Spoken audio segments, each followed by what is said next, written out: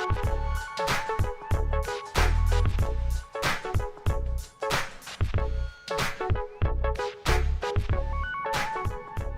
up, everybody, and welcome to a brand new, unfiltered episode of Dodgers Territory on this Monday, September 29th. My name is Alanna Rizzo. That is my guy, Clint Pasillas. We are your hosts for this show. My goodness. I guess technically it is the off season, but the Dodgers, man, 13 more wins, and we are in. It's great to have you guys here. Thank you for being a part of the show all season long. Subscribe, rate us 5 stars, like us, go to DodgersTerritoryShop.com to get all of the gear. You can support the show in style. It's awesome that you guys are here, and we appreciate it so much. We are talking Reds and Dodgers with our friend Scott Geirman coming up momentarily. But first, Clint Pasillas, let us talk about the sweep that was against a very, very good American League team in the Seattle Mariners in what we call the big ticket. I mean, Clint, this was a good team, right? This is a team that obviously I believe they have the number 1 seed in the American League. This is a team that is finally, in my estimation, their offense has matched up with their pitching staff. They've always had, not always, but in the last 5-6 years, they've had an unbelievable rotation. I feel like the offense and the bullpen has finally caught up.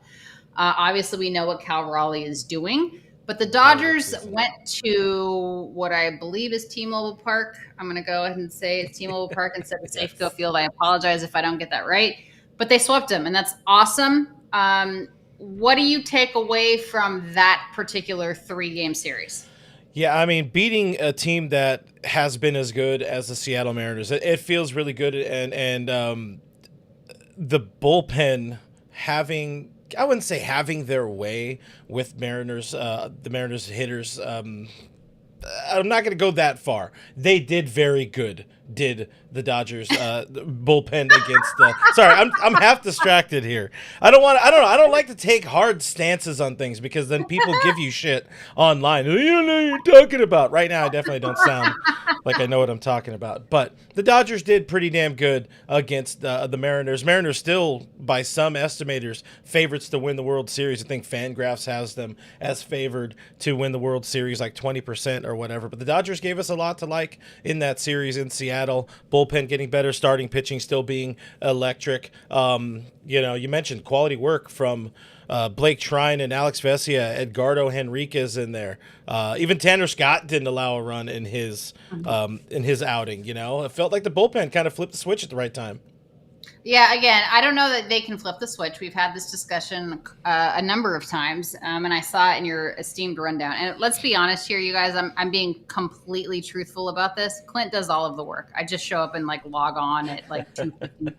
Clint does all the work. He puts in the rundown. He does the work. He does all of it. So he put in here a couple of times that flipping the switch. I still don't think that this is a sport in which you can flip the switch, especially at the postseason when the runway is so dang short. But I do love the fact that they were able to get this. I didn't even need them to sweep, right? After they clinched, I was like, okay, fine. You win the division, all the things. I don't need you to clinch. But they did a really good job. The one thing I take out of the weekend against the Seattle Mariners is obviously Clayton Kershaw's last start in the regular season, probably forever. We'll talk about the fact he's not on the the wild card roster. Flipping a switch, I'm not so sure. But the fact is, they didn't implode, which is great, right? And in a 3-game series, that's the spirit. I honestly what we've had to work with. Let's be honest, Tryon looked great. Alex Vesia has been good pretty much all year. Edgardo Henriquez, I know you've been high on him, as deservedly so. He's been good. Yeah. Tanner Scott looked good in the time that he had. Am I going to say flip the switch? No, but it was respectable. Okay. Yeah. So I will take that. Now you move on where once you get into the postseason, regardless of seeding, regardless of home field, regardless of buy or not buy, now you just hit reset, right? It's a clean slate for everybody. And yes, most folks like the Dodgers, if they're going to win the World Series again, all of the teams in the wild card round will whoever wins 13 games next wins, or if you get a first round bye, whoever wins 11 games next wins. But I'm proud of what I saw this weekend, and it gives me a lot of positivity and good faith going into the postseason. Yeah, I do think there is something to the whole idea of flipping a switch at the right time. You know, the Dodgers opened the month of September looking pretty bad. They go 0-5. They end up going 15-5 over their final 20 in September. As it says here on this tweet from Sleeper Dodgers, you know, the kind of momentum you want to get at the right time. I do think something changed for them. And you know, Dave talking about you know, just keeping the edge. I think they had an edge. I think they have a different kind of the baseball means something to them again now. The regular season is boring for a team like this. You know, that it shouldn't be that way, but that's just a reality. And now they are primed and ready to welcome our buddy, friend of the show, Gavin Lux, and the Cincinnati Reds to Dodger Stadium. Well, I wanted to first congratulate, if we're taking the Dodger fandom at Tito. This dude comes out of retirement. Tito, yes. Francona, just guiding a very, very young Reds team to the dance here. Not a great team, a very young team. I didn't say a very good team. You look at how these teams, two teams stack up. Dodgers win 93. The Reds sneak in with 83, and it's every bit of a sneak in because this does not happen without. Let's be honest. Yeah. The reason the Reds are in is because the Mets are bullshit. But let me tell you something about this team. No. Honestly, there's not a person on the planet that would disagree with me on it. The reason the Reds are in is because the Mets had an unbelievable epic collapse. But there is nobody I would rather have leading the Reds than Tito. Yeah. Terry Francona is a special man. He's a good baseball man. He's so unbelievably smart. Baseball runs through his veins. He took the Red Sox many moons ago to a World Series title for the first time in 108 years or whatever the heck it was. Yep. He's a good human being. And he came out of retirement. And he was with the Guardians for quite a bit too. Got the Guardians into the postseason. Now he's gotten the Reds into the postseason. He better never buy another freaking thing in the state of Ohio again. I'm happy for him. I think the Reds will get ousted in the first round. But Tito's a good man, and good for you. And you know what? It just goes to show you, and Clint, you and I have discussed this. I have raised this point a bazillion times. I have screamed this off of the rooftops. Anyone that's willing to listen to me, which is not a lot of people. Money does not buy you wins. Money does not buy you championships. Money, like the Steve Cohen money, the Los Angeles Dodger money, the New York Yankee money, it buys you good players. Yeah. It does not guarantee wins. It does not guarantee cohesive. Look at you with your little button pushing and proving my point. It does not guarantee wins, cohesiveness, championships, playoffs, none of it, right? So Steve Cohen has more money than the good Lord himself. Mm-hmm. And the flippin' Mets, who were the best team in baseball for a good portion of the year, certainly in the National League, absolutely imploded. Yeah. Do the Reds belong in the postseason? Probably not. But as our good friend Ken Rosenthal has said, this was yesterday, obviously. Welcome to the National League wildcard race brought to you by the New York Mets. The Reds had no business being in the conversation. The Giants had no business being in the conversation. R.I.P. Bob Melvin. They just let him go. There's a lot of teams that had no business being in the conversation, and here we are. So, again, the Dodgers spend money, obvi, but doesn't mean that you're going to get there. It just doesn't. No, it does not. And you mentioned it's hard to see the Reds getting out of this first round. Dodgers 5-1 against them this year, scored 30 runs, allowed only 15. They played them very well. Dodgers, a very good team, better than the Cincinnati Reds. You heard it here first, folks. We should talk a lot more Dodgers Reds. We're going to do that in a minute with our buddy Scott Geirman. But first, we're going to hear from us about DraftKings.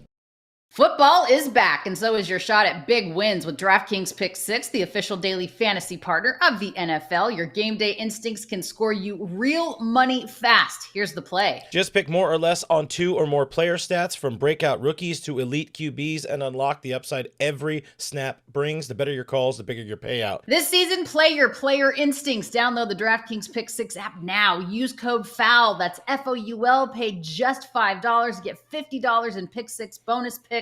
Make the call, ride the upside in partnership with DraftKings Pick 6. The crown is yours. Gambling problem? Call 1-800-GAMBLER. Help is available for problem gambling. Call 888-789-7777 or visit ccpg.org in Connecticut. Must be 18 and over. Age and eligibility restrictions vary by jurisdiction. Pick 6 not available everywhere, including New York and Ontario. Void where prohibited. 1 per new customer. Bonus awarded as non-withdrawable Pick 6 bonus picks that expire in 14 days. Limited time offer. See terms at pick6.draftkings.com/promos. It's playoff season. What better time to bring back our buddy, Gritty Scotty G. You guys know Scott Geirman, of course, from DodgerBlue.com, bringing it back. He's back on the YouTube side of things as well. Dodger Heads Unplugged just about every day during the week. Scott, first, how you doing, buddy? Good to have you back here with us. And what do you like about these Dodgers versus the Reds coming up? Alanna, Clint, it's great to see you. Thanks for having me on. This is a fun time. I was telling my chat this morning on the show that this is the time you wait for. The postseason is where it happens, and I love the fact that you really got into, prior to me hopping on, that, Alanna, you said, money doesn't buy things. Money doesn't buy the wins. It's the cohesiveness that you can't buy. It's the leadership at the top, and you saw the struggles of the Mets. No comeback wins. That is an astounding feat for a Steve Cohen team that spent so much money. In the fact that you do not have, just like you said, the grittiness or the ability to crawl their way back into games, one-run games, trailing going into the 9th inning, right? And you don't have some extra gear to tap into to find a way to win those games at the end where they ultimately mattered. And they missed out by one game. The Cincinnati Reds backed their way into the postseason, but that's the beauty of a 162-game slate. All those games matter. We can talk about, the Dodgers, they'll find a way towards the postseason, but it's that random game in May, random game in June where they brought a guy up from AAA and let him die in the hill, and, they lost the game just to preserve the pen, and that's a loss there. But they all add up. They all matter. I'm excited for the postseason, for one, because I want to see how this Dodgers team, with all their veteran presence that they have, how they come together at this right time. I know we're going to get into a bunch of stuff, but just because there is such a wealth of starting pitching depth they have now, I'm eager to see how Dave Roberts, because last year it was he could lean on the bullpen. Now I'm excited to see how he takes that starting pitching and makes that their overall strength, and how the starting pitching unit kind of takes on that responsibility. Bigger worry for you, Scott Geirman, Blake Trinan or Tanner Scott? The Dodgers don't win the 2024 World Series without BT. Bigger concern for you going into this postseason? That's a good point. I would say right now the biggest concern is probably Blake Trinan, because I think the Dodgers know who they have with Tanner Scott and what he can do, so they'll kind of temper the usage there. But Dave Roberts has clearly shown that he's going to rely on Blake Trinan, and they lack relievers from the right-hand side they trust. And Blake Trinan, for all the usage on that arm, for all the pedigree, that's where Dave Roberts can lean on that experience. So I would say it's more of you said the concern. I would say that the concern falls in if Blake Trinan can find that repeatability in his mechanics, the location on his pitches, because when it comes time for October and those big innings, Dave Roberts will not shy away from using Blake Trinan. Talking more bullpen, obviously, we know that's the biggest concern for this team. Yeah, maybe the offense could be slightly better, but this team is going to live and die with that bullpen. Have we seen enough? Did you see enough out of this bullpen over the weekend to kind of give you some hope, or are we just kind of setting ourselves up for disappointment? So over the weekend, the Dodgers went out and swept the Seattle Mariners. And on Friday, it was a complete bullpen game. You got to see a litany of arms, like basically the entire staff going out there. Emmett Sheehan goes one inning, and then you just, see some bulk. And then all those list of names that you tossed in there, I had pulled up a minute ago, but just over the weekend, you got to see Dave Roberts utilizing everybody. Yeah. And the Seattle Mariners are one of the best teams in the American League. You've got Cal Raleigh, the MVP candidate there. The narrative is starting to shift out there, but they were playing great baseball. And had someone in my chat this morning talking about, the Seattle Mariners offense is carried by the pitching. They don't win ball games just flat out on pitching. They've got sluggers. They're playing good ball in Seattle. I saw enough that it gives me positive feelings about how these guys are starting to come into their roles, because we know the Dodgers operate on a plan without a set closer. And sometimes that provides problems, because we saw for years with Kenley Jansen, there was a roadmap to how do you get to Kenley at the back end, and that made things easy. But now Dave Roberts, last year he thrived on interchangeability at the back end. Mm-hmm. Now there hasn't been one guy. Tanner Scott, completely underwhelming. Can't really use him at all. Don't trust him. I know. I'll save I'll save the harsh ones for everybody else. But we know he's not at the back end. You can't lean on him. Yeah. So now somebody's got to step up. And Alex Vesia's got moxie. Blake Trinan, I know he's got the balls to step in those big spots. Roki Sasaki is someone that, albeit just 2 innings, he's got the stuff to do it. But I'm saying that they've just got enough. They've got enough for me to see a roadmap where Dave Roberts can lean on a few of them. And over the weekend, they showed they answered the bell. They answered the call for it. I don't know how much, but they showed enough. They showed good steps.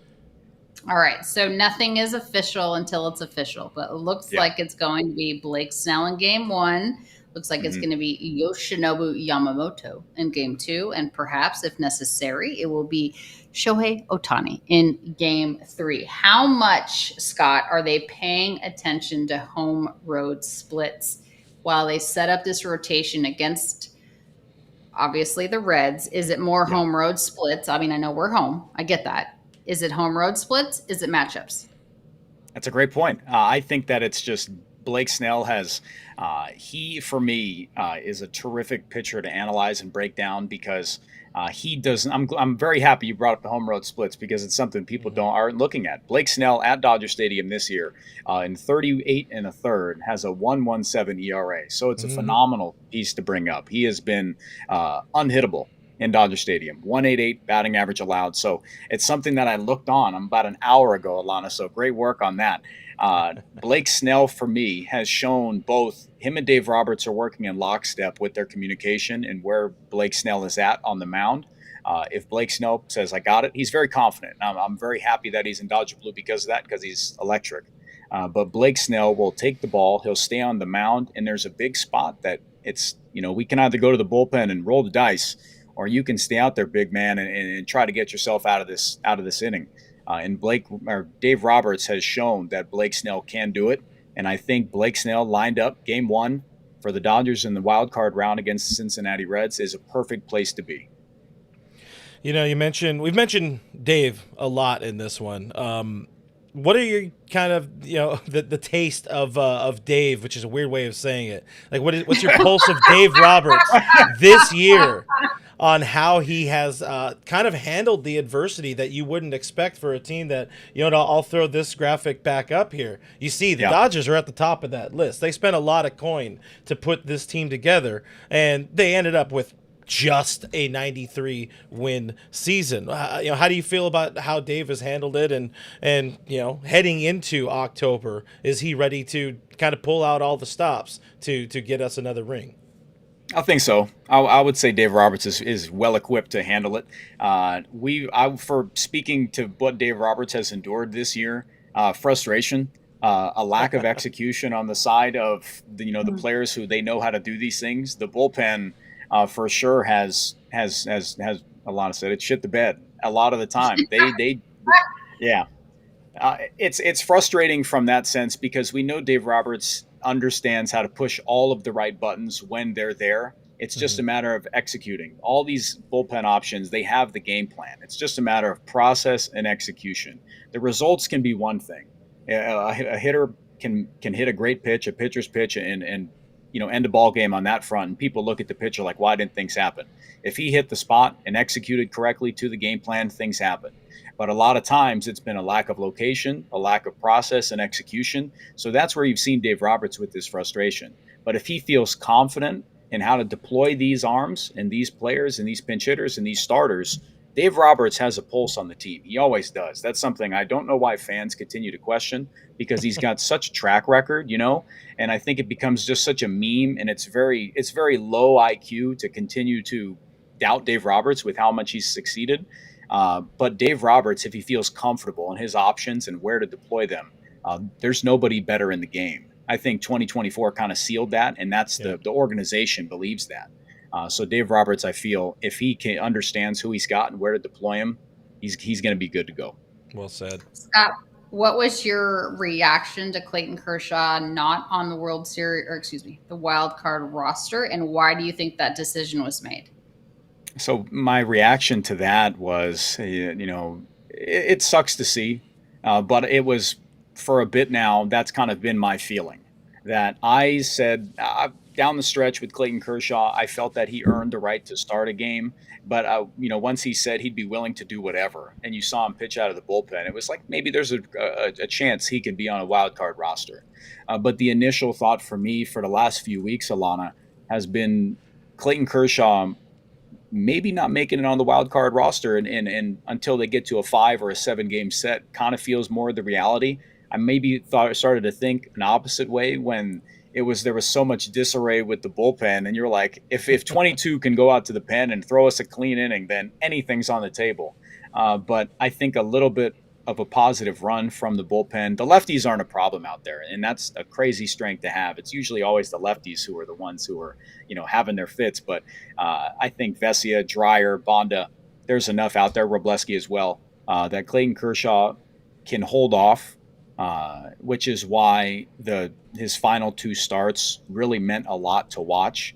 And that's why looking toward the DS and potentially a CS series, 5 and a 7, that's when Clayton Kershaw will get his opportunity to start. That's for me. I had this conversation in my head first to start, and then over the weekend with my buddy Doug McCain. I want to ask you about it because you're talking about Kershaw here. We know Tyler Glasnow is going to be at least available in relief for the wild card series, but I'm looking on paper. We had the idea of punch out plays a lot more in October. Tyler Glasnow has more punch out stuff at this point in his career than 18 years into his career Clayton Kershaw. How about a game 4 starter or your number 4 starter being Clayton Kershaw, where he's still important? He's not the most important guy in that rotation, but you do free up Tyler Glasnow. Of course, you would need his buy-in on this, but you free up Glasnow to be somebody who is either another long guy, somebody who can get you some late outs. Do you think, one, it's a terrible idea, good idea, and do you think Glasnow would actually buy into the idea of essentially flipping, at least what we think the roles are going to be in October with Kersh?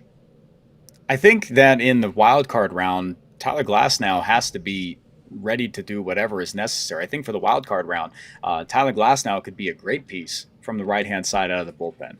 I think that is a way that, this is a conversation I've had with, my chat and people on DB and Unplugged as well, that for all the things and the odd instances with Tyler Glasnow this year with some injuries there, I think looking around a room, and that's why I brought up the starting pitchers carrying a bulk of this responsibility this year or going into this postseason is a big thing. And I think Tyler Glasnow understands the assignment there. I think they all kind of feed off each other. I'm a big believer in momentum in baseball. I'm a big believer that positive success and each starting pitcher trying to one-up the next is a very contagious thing. And I think Tyler Glasnow is going to carry that. I think he's going to do whatever is necessary. And what you said, strikeout plays in October. And I believe that Tyler Glasnow out of the bullpen, say in a couple inning stretch, if they want to limit him to 1 to keep him available, like if they just line it up with a bullpen day like the Nationals did in 2019, that is something that Tyler Glasnow could absolutely do. And his strikeout stuff, when he's been on this year, he's been as good as it gets. So I'm on board with that. I think that's not a better way than Clayton Kershaw because run prevention absolutely damn matters in October, and there's nobody better than Clayton Kershaw. But Tyler Glasnow from the right-hand side is certainly an option. Nobody better in October than Kike Hernandez. Enrique Hernandez. Kiktober is upon us. Where do you think Kike gets the majority of his starts defensively? Left field or second base. I would say left field or second base. I would believe that if Tommy Edman's ankle becomes a larger issue, which the Dodgers I think feel comfortable with Tommy Edman in center field, but left field or second base, I really don't believe how there's any doubt of what Kike can do in October. I'm very big on players who talk about their mentality and how they visualize success. And Kike Hernandez doing that early on last year. I think either it was right at the beginning of the postseason or during the postseason. And Lon, I would love your insight on this because you were with the team for so long. That Kike Hernandez is a very insightful player for how goofy he is and all his stuff. He's an intense and an insightful player, and he's got a great baseball mind. And him speaking directly to understanding the moment, feeling the pulse of where the team is at, regardless of what he's done prior in the postseason or the weeks prior. He understands his role, where it's going to be, and he takes that responsibility. And that really drew me onto that, and that's why I'm such a believer in Geektober. And it's a real thing. It's just the results speak for themselves. You'd be hard-pressed to find a better postseason player than Kike Hernandez. If you pull up his stuff in October, like a career 875 OPS in the postseason, his 2021 year with the Boston Red Sox, 1260 OPS, one of the best. Next time you speak to Jared Carabas, let him know that he's got a Red Sox fan on the West Coast, and the '04 Sox carried my fandom. So that year watching Kike out there, broke my heart and saved it at the same time, because Kike is a phenomenal player. And in 2024, Kike Hernandez bringing the Dodgers back seemingly from the dead, and again in the DS against the San Diego Padres with a couple big swings. I believe Kike can do it again at second base, left field, center field, however they want to deploy him. Kike has looked great recently. And that big swing off Andres Munoz, Kike feels like he's on a very hot stretch. Like he's seeing the ball well. He's on time. He looks good. He looks strong. I'm ready for him. Let him get hot. First of all, I am not going to tell Jared Carabas he has another fan, because Jared Carabas does not need to have his head extended any larger than it already is. I love the man. You know what I mean? That is it. Kike Hernandez, you're absolutely right. I mean, there's nobody better in the postseason than Kike. And Clint and I had a conversation with Andrew Friedman, president of baseball operations for the Los Angeles Dodgers, about the fact that Kike was so instrumental in terms of just a leadership role of getting certain guys on the team, and the guys that were already there just like really leading them. And it's impressive. He's like, I never thought the guy, and I'm paraphrasing, this is not exactly what Andrew said, but it was more of a paraphrase of like, I never thought the guy in a banana suit was going to be so instrumental in terms of leading this team. And that's what Kike has become. So this is his moment to shine. Tomorrow on September 30th, when the wild card game starts. Talk about flipping a switch. The sport, you cannot flip a switch, but with Kike, he flips the switch. And that is exactly why he's so unbelievably important to this club. And I'm so grateful that they brought him back. Scott, before we let you go, your postseason X factor. What is it? Who is it?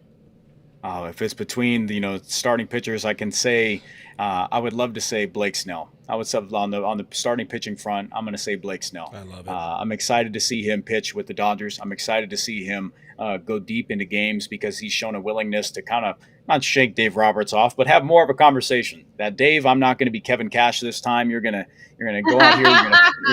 You're gonna pat me on the fanny, let me know that you've got this big man, and you're gonna let me get through this inning and let me finish 6. You're gonna let me finish 7 if the game script calls for it. So I'm excited to see that. So I'm going to say Blake Snell. I think the game 1, and let him get on a regular schedule and see how far the starting pitching can take him. And Blake Snell with the Dodgers, I hope he answers that call. I believe he will. He's ready for it. But on the offensive front, it's hard for me to shy away from Mookie Betts. It really is. He's had such a terrific rise from where he was early on. Gets sick at the beginning of the year. Everybody counts out Mookie Betts. And in the last few weeks, in September, he's had a 144 WRC plus. He's batting near 300 in that stretch. And where Mookie Betts is at, Clint, Alanna, we saw teams pitch around Shohei Ohtani and willingly put him on base to get to Mookie Betts. And I believe that he will do things again. He has reinvented himself. And the things that have never changed with Mookie Betts, his strikeout rate and his walk rate. He stays at a good career clip with both of those. And the big consistency to have a good sustained success, he continues to do them. So I think Mookie Betts is my guy. I'm gonna live and die on that hill. But then I'm excited to see Teektober as well. So yeah, you got my people. Got it. Everybody. Gritty stuff out of Gritty Scotty G there. Great stuff. There's your postseason X Factor. Make sure you guys are tubed into Dodger Heads Unplugged all through the postseason, along with Dodgers territory and everything. But we appreciate you, Bud, coming on, and hopefully the next time we're talking about maybe some World Series outlook for this team or something like that. But thanks again. No doubt. Take care, guys. We will be back after a word from our friends at Foul Territory. AJ, let's talk steaks. Omaha Steaks, to be precise. Big discounts we'll tell you about coming up in just a sec on the website, but also every steak is perfectly aged to maximize tenderness and hand-cut by master butchers in America's heartland. It's been around since 1917. They know what they're doing. Absolutely, they know what they're doing. They come prepackaged, perfect sizes, portion size. You can get any kind of cut you want, any kind of meat you want, and it all comes out delicious. You can freeze it. You can thaw it right away. There's hamburgers, there's steaks, there's chicken, there's pork chops. There's everything you could ever want, and it comes out delicious every time. Save big with Omaha Steaks. Visit omahasteaks.com for 50% off site-wide and an extra 20% off select favorites during their early Black Friday sale. And for an extra $35 off, use promo code FOUL at checkout. Terms apply. See site for details. That's 50% off at omahasteaks.com. Promo code FOUL at checkout. Terms apply. See site for details.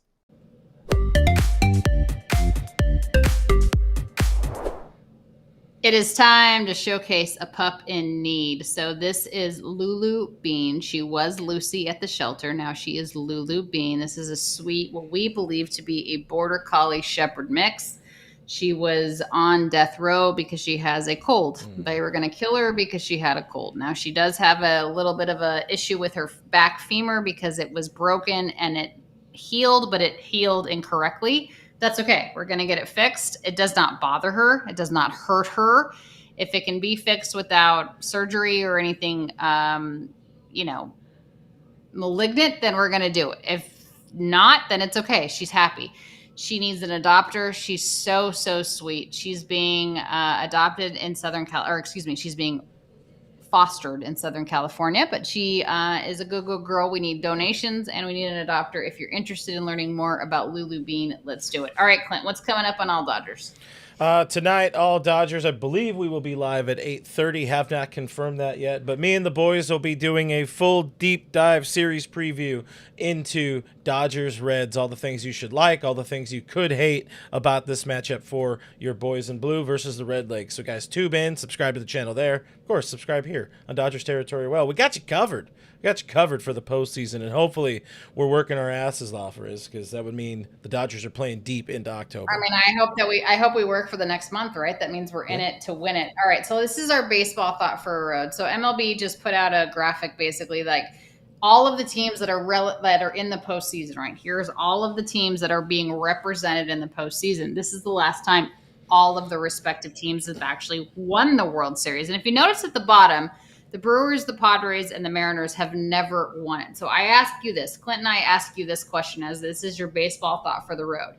Of all the teams, let's just assume like the world ends and the Dodgers aren't in it, the Red Sox aren't in it, the Yankees aren't in it. Like, let's just assume the worst, okay? Yeah. Of the three teams, of the three teams that have never won a World Series, the Seattle Mariners, the San Diego Padres, and the Milwaukee Brewers, which is the team based on who they are today that will win it? Okay, so think about that as we go. Between those three teams specifically, or all of the teams on this list? No. Those three teams. Because everybody else has won one, right? The last time they had Guardians, they were the Indians at the time. The last time they won one was in 1948. But the point is there's three teams in the playoff bracket that have never won it before. Yeah. So let's just assume these other teams were out. Of the Mariners, the Brewers, and the Padres, who is the team likely of those three that have never won it to win it? So that's our parting thought for you. Well, for me, if I'm going to answer it, it better not be the fucking Padres. I can't survive in a world where Padres fans are happy. They don't deserve that shit. But also, the Brewers have been sneaky good for quite some time. And if it's not the boys in blue, the Brewers at least have postseason experience where they've gotten past the first round. Like they're there every damn year, so I would not be surprised if they could like push past it. The Seattle Mariners, I just don't think I mean, I get it. They're a good team. This is I think in the field, they're the most complete team in the field. I just don't think that like that's just their destiny. So I'm going to say no on them. I would definitely say the Brewers. Of those three teams, I'm picking the Brewers, but I'm not even having this conversation because neither one of those teams are going to be in it. So it's fine. Yeah, it's totally going to be the boys in blue. That's what they're going to do. I will do this. We got super chats, by the way. 80 sends us $10 Canadian units, whatever they have up there in Canada. But treat every upcoming game as important as the other. Don't take anything for granted. 13 more to go. Let's go, Dodgers. Perfect timing for that super chat. Appreciate the support there. Every game has to be as important. It's not about urgency in each day. It's about urgency every single day. You play to win each and every day. Brandon sent us $2 saying that Glasnow feels pitches better on the road. I'm glad Scott, by the way, did bring up some of those numbers that I had thrown in the rundown as well, because Snell has been electric at home. Struggled, small sample size, struggled on the road. I think if you can find a way to line that up through the division series, and, you know, I understand hubris, you don't want to get too far ahead, but in the championship series, if you can line it up, try to keep Snellzilla at home. Yama's good either way, but he has been lights out on the road as well. So you find a way to make that work. If you can, do that. And the final super chat we had from our friend Richard Flores, you gave him an inch and he will take 40 miles. He keeps bringing up. I'm in. Bro, I'm in. If we can figure out the technology and the cameras, I'm in. Like I'm in. Like I've done a post game from there. Yeah. We can make it happen. I'm in. I already said yes. Like, it's not a big deal. I already said yes. All right. So Clint and I, just so you guys know, in terms of our schedule, we will be post game every game the Dodgers play. So tomorrow and Wednesday, hopefully not Thursday, for post game. And there you have it. So we will be there, and we will be with you guys the entire postseason. So thanks for being here. Go Dodgers. Clint and I will see you tomorrow night post game immediately after the final out. Bye.